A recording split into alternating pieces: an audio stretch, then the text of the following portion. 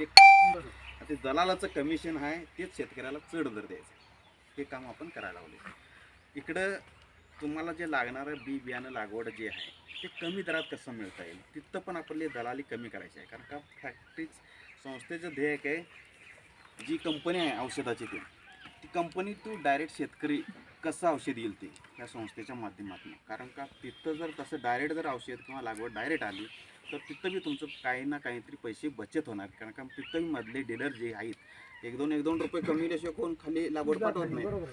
ते कमिशन त्यांचं कट करून शेतकऱ्यांनी कमी दरात कशी लागवड मिळवता येईल ती आमचं ध्येय. मग इकडे शेतकऱ्याचा खर्च कमी करायचा आणि उत्पन्नाला चांगला भाव दिला तर शेतकरी आत्महत्या थांबणार नक्की. ते ध्येय घेऊन आपले शिवाय डोळे साहेब चालले.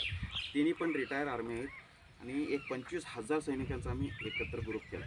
त्या देशात जर क्रांती घडायला झाली तरी 2 माणसं एकत्र आली पाहिजे, जवान आणि किसान. जे लाल बहादूरच्या शास्त्रीचा नारा आहे तो जय जवान जय किसान तो अंमलात आणायचा आहे आपल्याला. त्यासाठी ही संस्था काम करायला. त्याचं रोल मॉडेल म्हणून 528 एकर आम्ही सेंद्रिय शेती केली आहे. नाशिकला कधी सर्च करा मोबाईलवर, व्यंकटेश्वर फार्म मालेगाव टाकलं झालं सगळे व्हिडिओ येतात.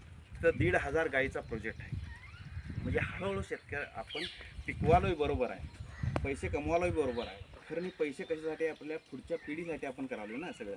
तर पुढच्या पिढीला जर चांगलं खायला जर अनाज